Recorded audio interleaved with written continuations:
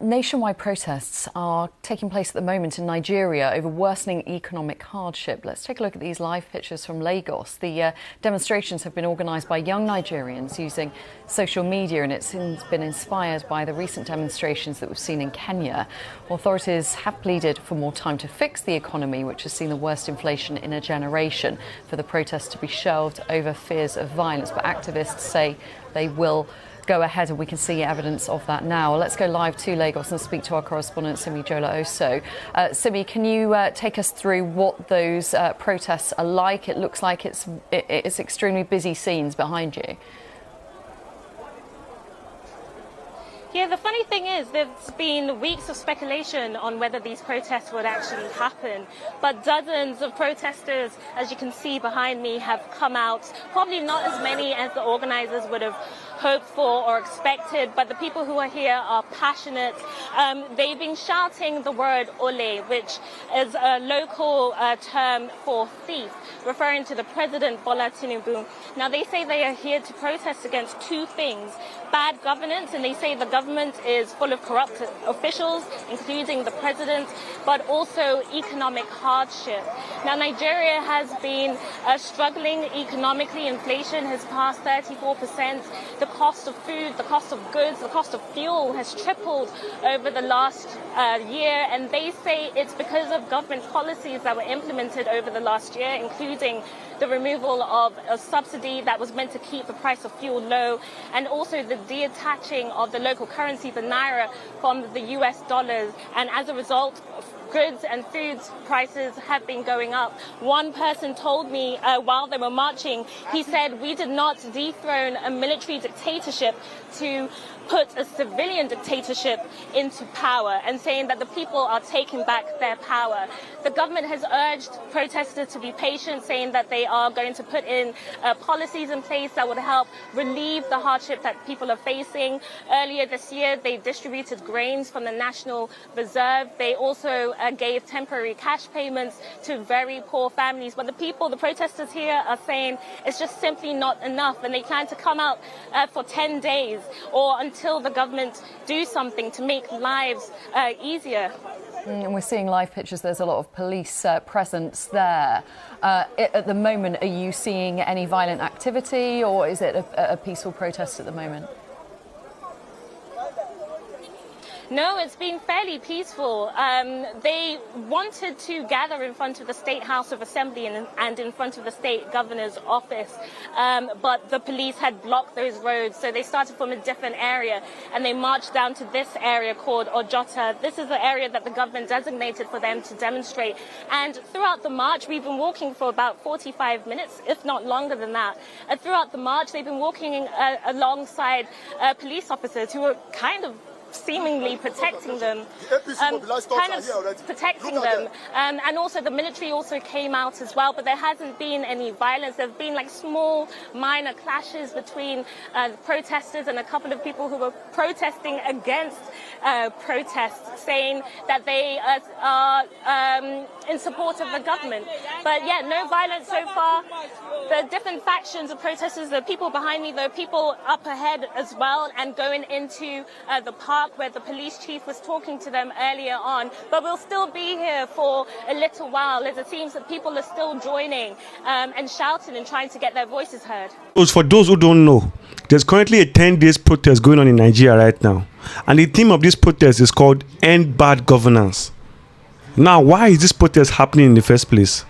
Nigeria, once dubbed as the giant of Africa, with a GDP of over $252.74 billion, ranked as the 39th largest economy in the world and second largest economy in Africa, according to the IMF. All these numbers are good, but it will surprise you that over 40% of Nigerians live below the international poverty line. On top of that, the current inflation rate in Nigeria is at 34%, the highest since 1996. So how are people supposed to survive when an average Nigerian earns 80 to 150,000 naira monthly, which translates to approximately 190 to 355 US dollars on the current exchange rate?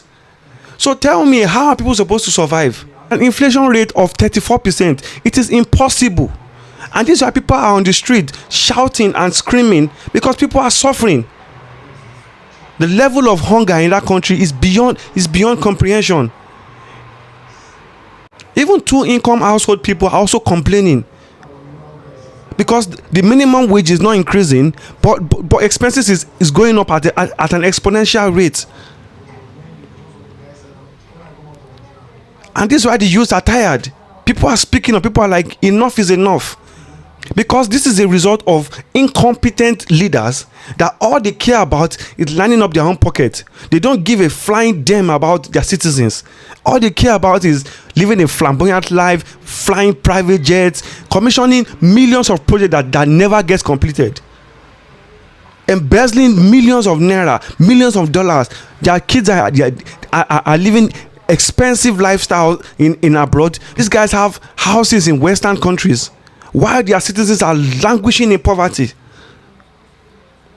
I mean, an average Nigerian can barely even eat a 3 square meal. When you have the president of Nigeria flying private jets left, right, and center, the vice president of Nigeria just commissioned his house worth billions of naira, and you have people languishing in poverty. So people are angry, and this is what led to the outrage of Nigerian youth saying enough is enough. And they came up with their own list of demands. Let's go through it together. As you can see, hashtag end bad governance in Nigeria. For the days of rage revolt, non-negotiable demands.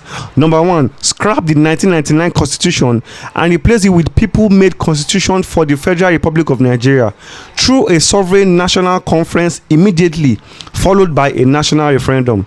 Number 2, toss the Senate arm of the Nigerian legislature system, keep the House of Representatives, and make lawmaking a part-time endeavor. Pay Nigerian workers a minimum wage of nothing less than 250,000 naira monthly. Invest heavily in education and give Nigerian students grants, not loans. Aggressively pursue free and compulsory education for children across Nigeria. Rationalize publicly owned enterprise sold to government officials and cronies. Reinstate a corruption-free subsidy regime to reduce hunger, starvation, and multi-dimensional poverty. This is another vital one. Immediate reconstruction of the Nigerian electoral body, INEC, to remove corrupt individuals and partisan hacks appointed to manipulate elections. Massive investment in public works and industrialization will help employ Nigerian teeming youth. Massive shake-ups in the Nigerian judiciary to remove cabal of corrupt generations of judges and judicial officers that continue denying everyday citizens access to real justice. And of course, the last one, diaspora voting. So these are some of the most important points that I just highlighted in this list. As you can go through the list yourself if you want. But these are some of the most important ones that are fighting for. And as you guys know, I will be following this story every day. I'll be monitoring this story closely. And I'll definitely give you guys undiluted feedback. So if you want to go along this journey with me, then don't forget to like this video so that I can reach more people. Let me know what you guys think in the comments below. Subscribe to this channel. And I'll see you guys in the next one. I'm out.